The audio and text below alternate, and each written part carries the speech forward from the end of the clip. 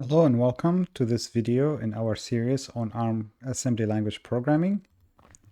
In this video, we will talk about some of the ARM instructions, and we will cover the data moving like load store and some of the data processing instructions like the arithmetic instructions and the logical instructions. So let's go ahead and get started.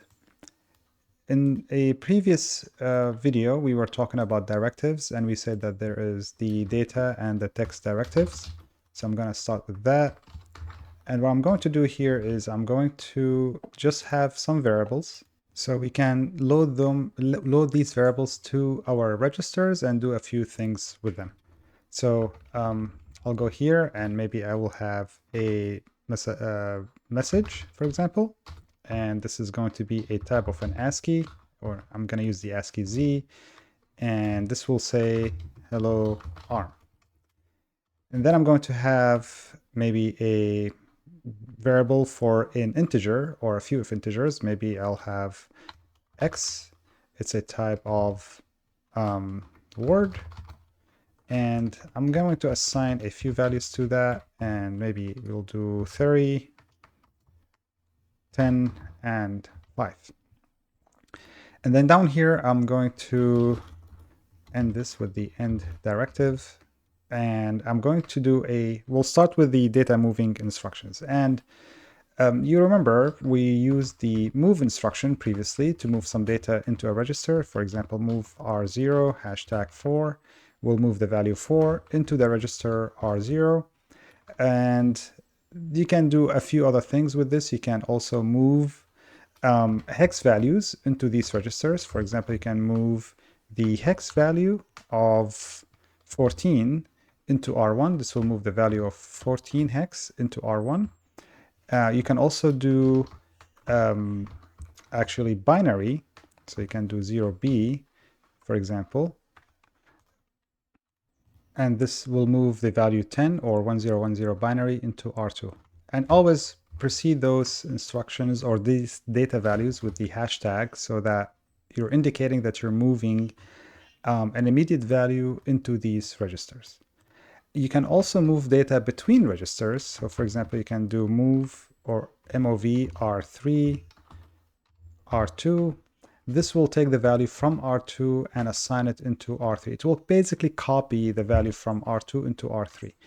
And as I mentioned before, if you are in doubt, just write this as a mathematical or algebraic equation. So if you do R2 equals R3, this is a left to right assignment. R3 is going to obtain the value from R2. This one, for instance, here, R2 is going to have the value of 10 decimal, and so on. There is another way to move data into these registers, which is with the instruction LDR. And an example of that will be LDR. For example, R4. For LDR, we use the equal sign instead of the hashtag. Equal sign, for example, the hex value FF. Now, before I keep going further with this program, let's do let's talk a little bit about some of the properties for these instructions. Move, for example, can only move certain values into these registers. You can move values that can be generated basically using some method that we're not going to go into right now, but you cannot move any value that you want. Actually, these values must be able to be generated immediately to be moved into the register. So for example, if I compile and run this one, this will run fine. But let's say I want to move some value. Let's see if this value will work. For example, the immediate hex value of A5001010, it will fail to move this value into this register because this value cannot be generated with the hardware for this, or the immediate value field of this instruction. We're not going to get into that right now, but there's basically a way for this number to be generated, to be moved into these registers. And if this number does not match certain rules, it's not going to be able to be moved into this register. So if you want, you can, instead of using the move instruction, you can use the LDR in this case, and then just use the equal sign instead of the hashtag, and then compile it, and this will actually move that value into the register. Now, again, we're not going to get too much into details here, but I wanted to mention that certain values cannot be moved into those registers using the move instruction. So just be careful if sometime you're writing a program, you want to move a certain value, the assembly or the compiler fails, you don't get very surprised because, again, some values don't get moved into these registers. So anyway, as I mentioned, you can move certain values into those registers. You can use decimal, you can use hex, you can use binary values. You can move one register value into another. You can also modify the value before you move the content from one register to the other by shifting the content of this register. For example, shifting left by 1, this will still do so, and so on. So again, we'll keep it kind of simple for now. I just wanted to show you that you can move immediate values and register to register as in copy, right? So this is kind of equivalent to a copy R2 to R3. And you can use the LDR if that one did not work for you. Now, so this is the move instruction. We are okay with that. Let's talk a little bit about the LDR or the load instruction. As the name suggests, it's a LDR, it's a load. So the question is like, what do we load from, or what do we load not to? Where do we load from? We basically load from memory. And typically we use this instruction to kind of set up a pointer that points to some location in memory, and then we can start loading stuff from that memory location into our registers. So let's take a look at that example. So again, I have this variable here that's called a message, and it's basically a string. I have hello arm, and I have this one here that's a list of, or an array of integers stored in memory. So the question is, how do I load these values into these registers that I have here? The answer is I can point to those locations, or I have to point to this location. It's going to be somewhere in memory. I have to point to it and then start loading them into registers. And to point to it, you use the LDR instruction, and basically instead of giving that hex value that we did manually, what you do is you just write the label that we gave to this variable. So in this case, LDR is going to put the address of that message or the address of the string into R4. And if we do LDR, let's say R5 and X equal X, this will load the address of X into R5. So let's take a quick look and see how this works. If I compile and run, if I step over this one, this is going to move the value 14 hex or 20 decimal into R1. Here we go. And then the next one is going to move the value 10 into R2. 10 in hex is A. So here's my A moved into R2. And then this one is going to copy the content from R2 into R3. So here we go. R2 is now copied to R3.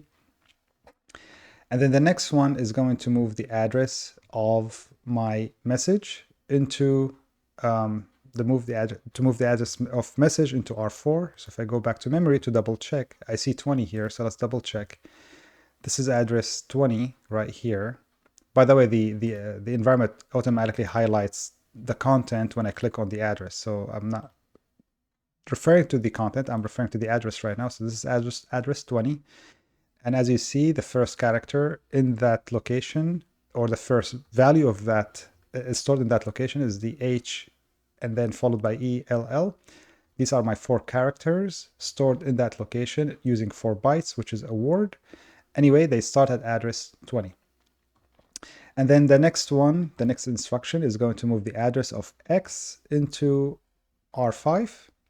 So if I step over, that address is 2B. So if I go back to memory, so I look here, I see that this is the address. So this is address 20, 1, 2, 3, 2, 4, 5, 6, 7, 8 to 8 to 9, 2A, and then 2B. So this is the value, this value here is at address 2B.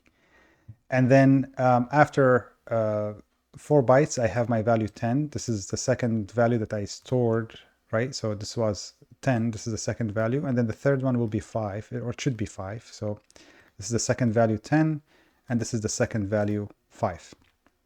Now, if this is kind of like concatenated too much for you, and if you wanted to have word aligned, we can talk about align maybe in this video if we have to. So in a minute, maybe in a minute. But for now, I want to show you that we actually did load these registers with the addresses of these messages or these variables. So now the question is, how do we get the value from that memory location into the registers themselves? So actually, right now, what we did is we just pointed to them. These are these contents like 2, 0, and 2B. These are pointers to memory or to memory locations. The question is like, how do you get the data in? Well, I use the same instruction actually, but the syntax will be a little bit different. I can load, for example, the value into, let's say, into R6. I want to load into R6 a word from that pointer. So let me remove this for a second, and let's do it this way. So now I'm going to load R5 with one word from that location. So now I'm going to grab the content from that location into, actually also let me remove these instructions only because we don't really need to step through them every time we talk about this. Right, so going to step over this, and it looks like in this case the address for the string is starting now at location 10. So if I go to location 10, this is my HELL, and then ARM, etc., etc. So if I step over it, I go to the next basically instruction. What I did is I grabbed that word from this memory location and I put it into R5. Now notice this instruction is grabbing 4 bytes at a time. That's by the default definition of this instruction. It loads 4 bytes at a time. So LDR loads 4 bytes at a time. Now there is a few variations to this instruction. I'll mention one of them, and if you're interested, you can look up LDR instructions online. Likely you will get a link to the ARM documentation, and it goes over the LDR instruction. There's all these instructions are on the ARM website. It talks about the syntax, it shows you the syntax, and it shows you maybe a couple of examples as well, and so on. But for our purposes here, I'll just mention a couple of variations.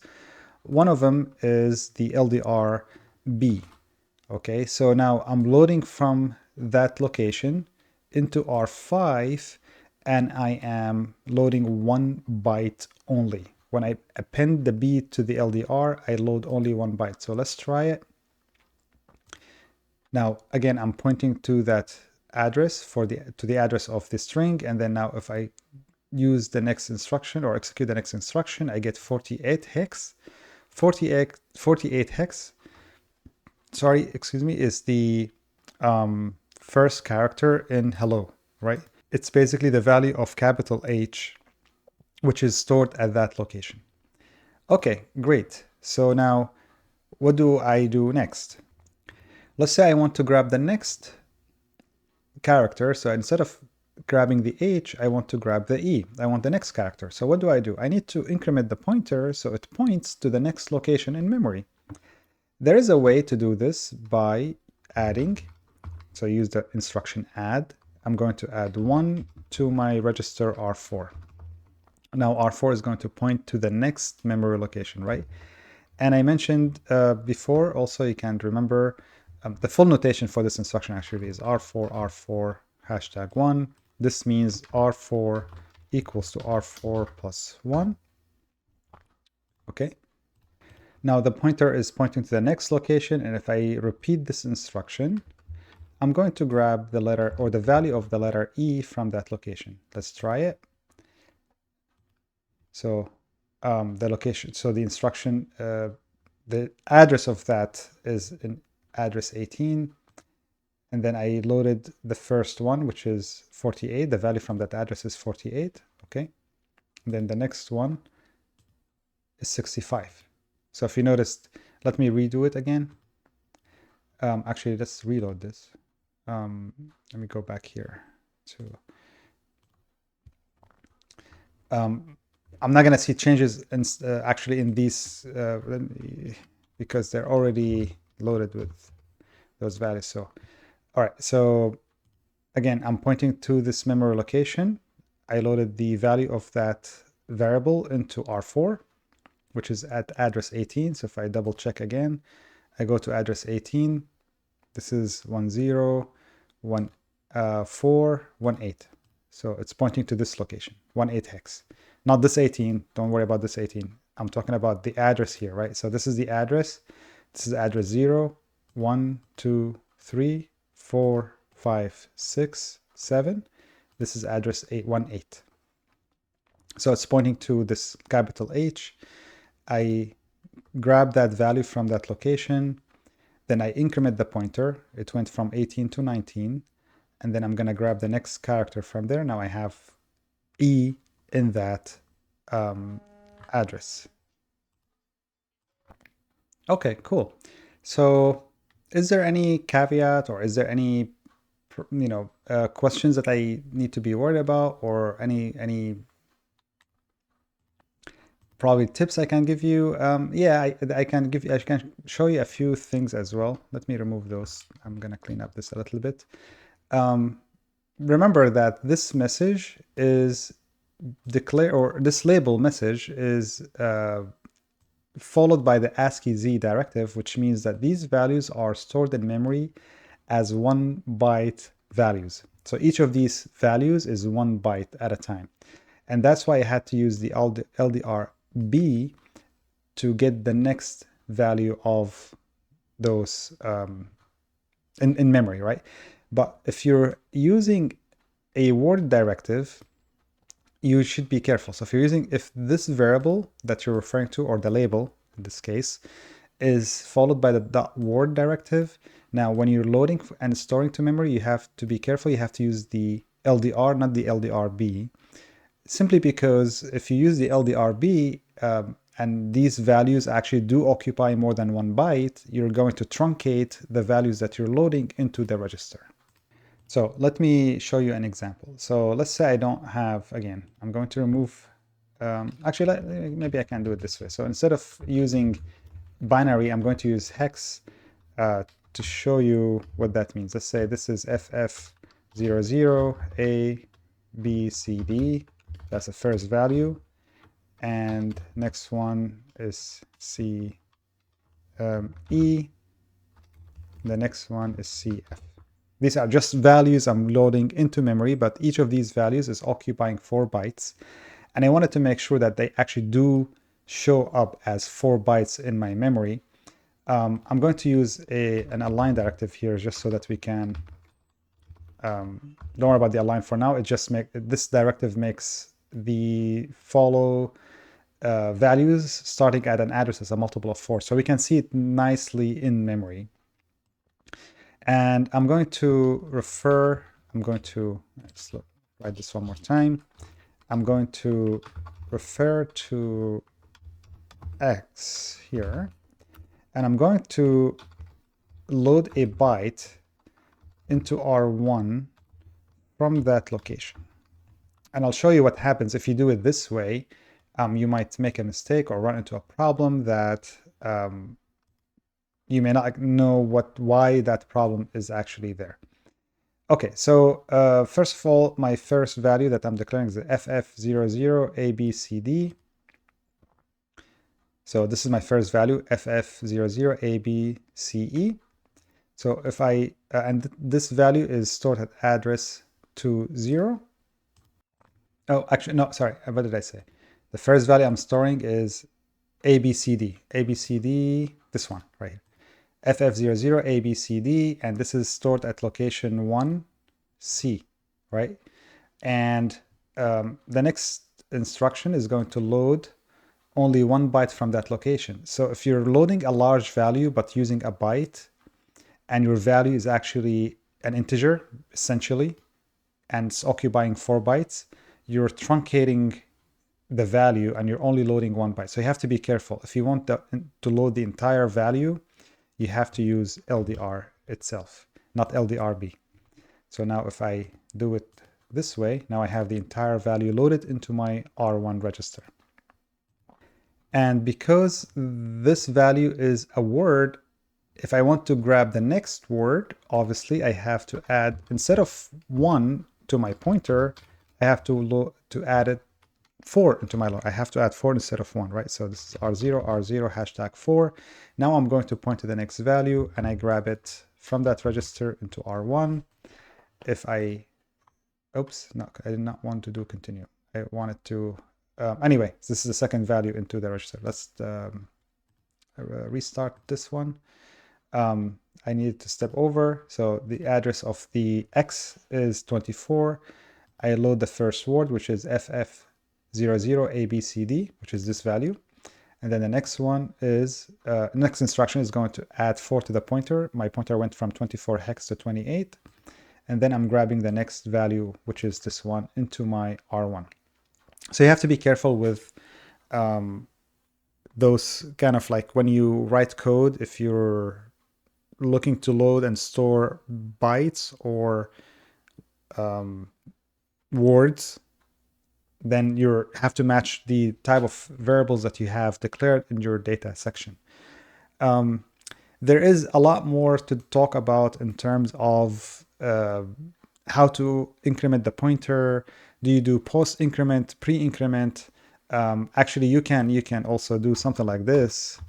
You can put this 4 here instead of having to add another or type another instruction and so on. If you're interested, you can again look up the instruction for LDR on the ARM website, and or you can there's a link in the video description or a pop-up window on the top right corner that will take you to in-depth details about post and pre-incrementing and how these pointers work and how to navigate the memory if you have a loop, for example. But for now, I'll just keep the discussion to the LDR instruction. And then in the next video, what I'm going to do is I'm going to show you a couple of more instructions in the add subtract instructions. And then we will store the updated value back into memory. Thank you for watching, and I'll see you in the next video.